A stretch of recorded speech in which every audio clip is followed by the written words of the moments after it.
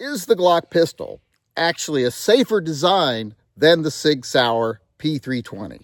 Well, the answer to that is yes, it is. It has more safety features than the P320. But will they save you when it matters? And is this gun susceptible to the same failures as the SIG?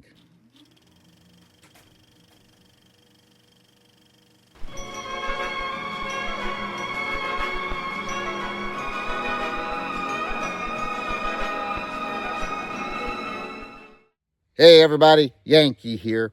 You know, I've been railing against some of the ridiculous testing some people have been doing on the SIG P320 to show it's unsafe and to show that the design is flawed. And one of the main reasons they say the design is flawed because if you activate the sear manually, it is connected to the other parts and therefore you could actually pull the trigger and make it go off.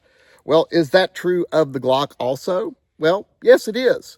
And it isn't. Because there's one thing that stops the Glock from going off when you just manually manipulate the sear, and that's the trigger dongle. And I'm going to illustrate that. I'm going to illustrate how it stops that from going off, and I'm going to illustrate how, if it wasn't for the trigger dongle, it would fail the same sear punch test that the SIG Sauer fails. Before I actually do this here, let's go inside so I can show you what I'm actually doing. What I'm doing here is I'm simulating the sear push test, but instead of taking the back plate off and reaching in there with a little metal hook or a punch to either push or pull the sear, I'm just tying a piece of string around the actual sear and operating it manually with that string, much like you would with the punch if you were doing it with the back plate off. It is a little bit different movement in both guns, but you're still manually operating the sear with a tool. One tool's a punch or hook. In this case, it's a string. As you can see in that picture there in my little demonstration, the sear, what would be analogous to the sear in the Glock, is not only attached to the trigger bar, it's part of the trigger bar. So if you manipulate it manually, that gun could go off if it wasn't for the trigger dongle. We're going to demonstrate that now. All right, now I would use live ammo for this to show you how this works and make it less likely I'm faking it, but I don't want to rack my knuckles with the slide, so I'm just using a primed casing. But let's go ahead and give it a pull here, and let's show you that you can fire this gun just by manipulating the sear. It's not even hard. Takes almost no effort. Now, one more time here, I'm just going to pull on it. You can see it moving the trigger, but that little trigger dongle, or whatever you call it, is actually stopping that from moving. That's the biggest difference between this and the SIG P320, the trigger dongle. But if, like I said, I overcome the trigger dongle, which takes no pressure, by the way, you can do it with a feather, then you can just fire the gun by manipulating the sear. This is where you might be saying, well, why isn't that firing pin block stopping it from firing? Well, when you manipulate the sear, since it's part of the trigger bar, and so is the little piece that actually pushes the plunger, you're actually activating the entire mechanism of the gun, much like you do in the SIG P320 when you are doing a sear push test. Biggest difference here is I don't want to take the back off my slide and stick a little hook in there. I'm just doing it with a string. All right, let's do it one more time to show it's not a fluke. All you got to do, and every time. And the amount of effort I'm putting on this is nothing. No more so than I'd be putting with a punch pushing on the sear. It's just, in fact, it's hard to not do it too soon. It's so light and so easy that when I was doing it in practice in the house without any ammo, I kept pulling it too quick, too far, too fast, too soon, so it's really easy to do. All right, one more time up close so you can see I'm not doing anything other than just removing the trigger dongle, pushing it back to where the trigger dongle's not affecting it right now, and then very little effort on that sear, and it fires. So what am I trying to prove with this ridiculous, pointless test? Well, let's go back inside and we'll talk about what I'm actually showing you here and how that relates to the SIG P320. All right, so what does that tell us? Well, if you remember, a lot of gun tubers have been making the point that since you can manually manipulate the sear and the gun will go off, that's a flaw. That's a bad design. But it's actually the same thing in the Glock. If you manually operate the sear, the gun can go off because you're manually operating the system. And here's the thing, that ain't going to happen. once these guns are assembled, that can't really happen mechanically. You're worrying about nothing. You're being sold a false premise. Both guns will operate that way. This gun, even though it has to have that extra 10 to 20% trigger pull, they say 20, but it's closer to 10, it still can be made to go off by manipulating the sear. Just a little bit of pressure on the sear in one direction or the other on either gun can activate the mechanism and make the gun go off. So no, that's not a problem.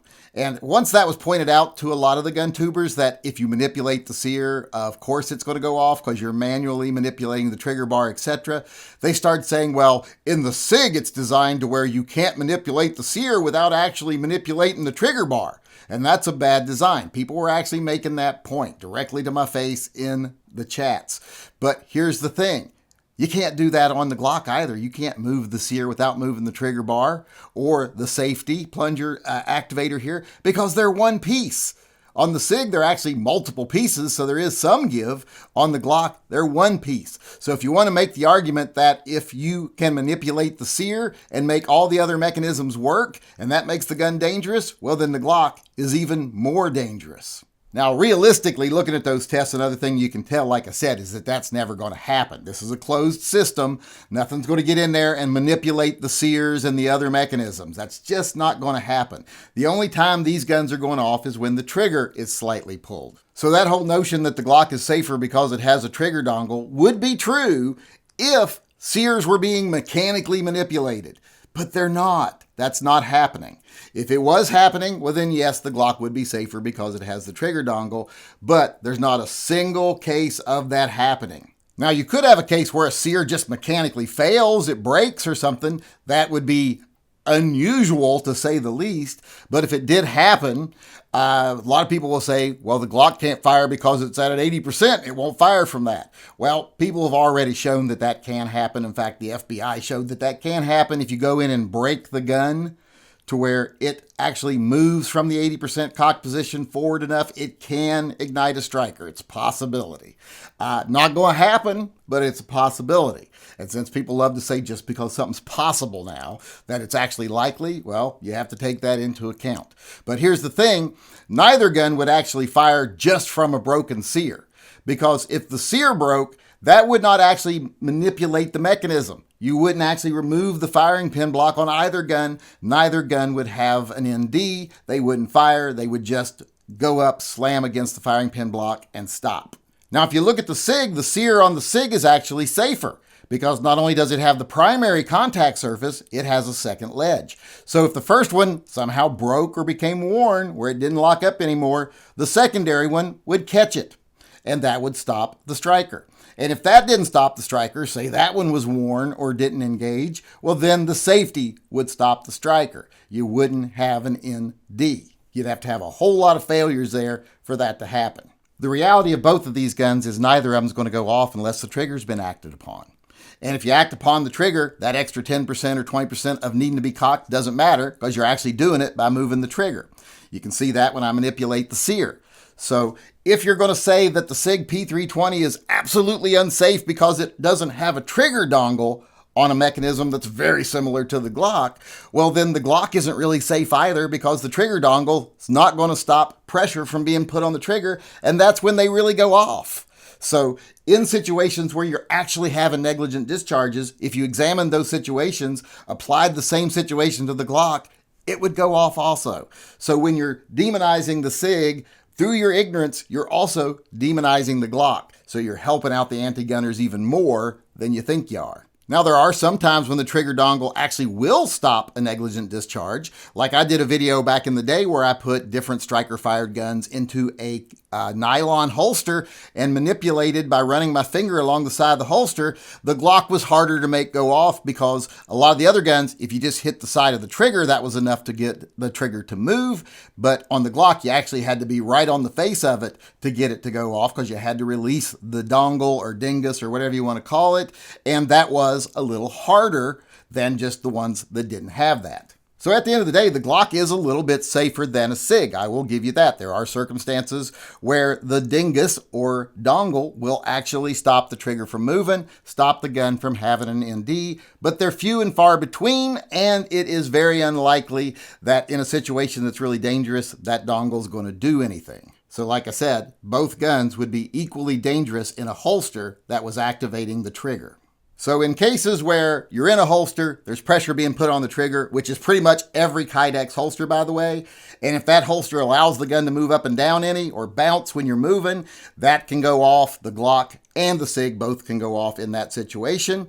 If you're drawing it, reholstering it, and something touches the trigger, either your finger or the side of a polymer holster or whatever, or a leather holster, anything touches the trigger while you're reholstering, they can both go off.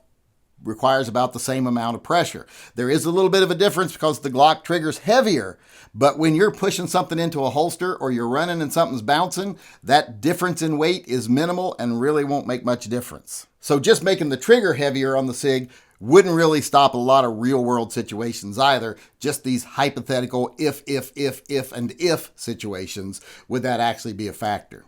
So what you're seeing, like I said, is people taking stuff that they don't understand. Like, oh, well, you can move the whole system in the SIG. Well, so can you in the Glock. Oh, you can make the SIG fire just from manipulating the sear. Well, so can you in the Glock. The only difference is the trigger dongle or dingus, whatever you want to call it.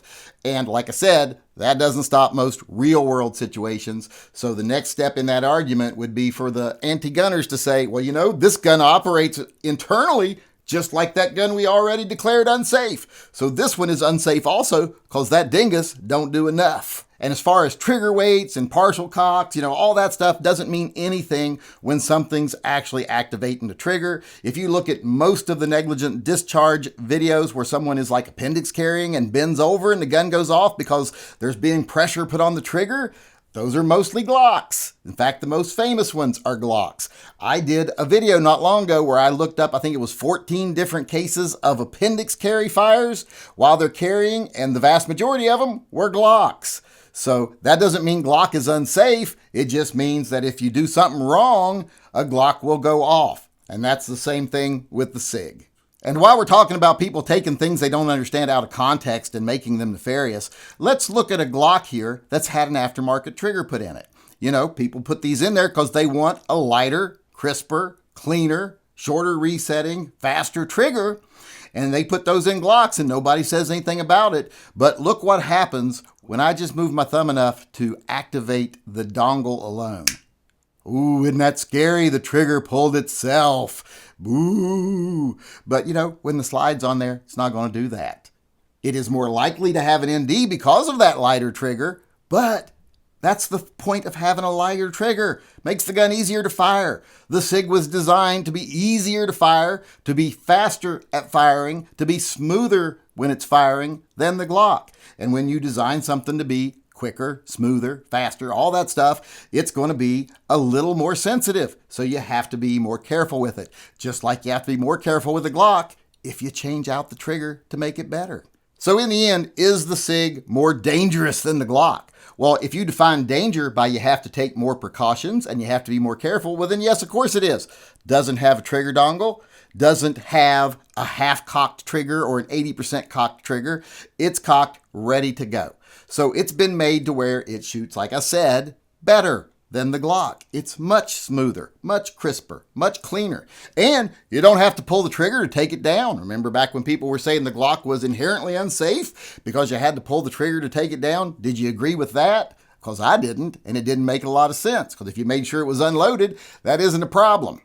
But like I said, neither of these guns are going to go off on their own. You're going to have to act on the trigger.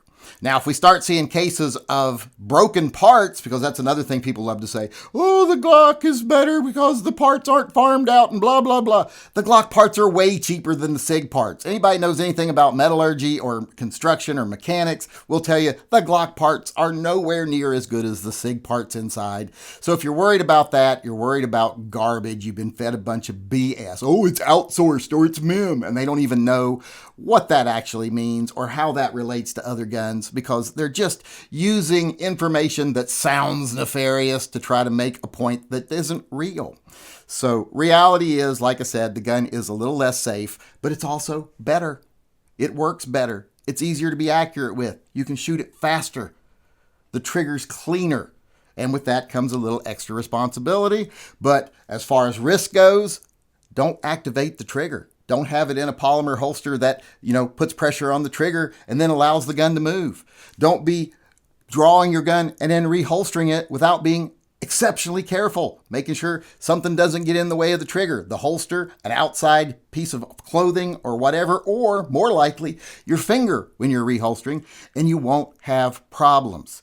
If you have a proper holster that holds the gun solid, keeps you from activating the trigger, no one's going to manipulate the internals of your gun and make it go off. That's not going to happen. The parts most likely aren't going to fail. That would be extremely rare. So the whole argument that this gun is designed poorly, well, that's garbage. It's pretty much the same as any other striker fire gun. They all would behave the same with the same internal influence on the mechanism. And the argument that the parts are somehow faulty, not a single case of a faulty part. In fact, it would be extremely unusual if there was a faulty part. So if you're trying to make the argument that guns are just made poorly, I wouldn't want to make that argument, and I definitely wouldn't want to try to make that argument about the SIG. So in the end, the only valid argument people can be making against the SIG Sauer is that the trigger's too light and doesn't have a safety on it. And I don't know about you, but that's not a point I want to be making for the anti-gunners. I don't want to be standing up and saying if a gun doesn't have enough safeties on it to make it idiot-proof, then it shouldn't be on the market, because that's a dangerous position to take.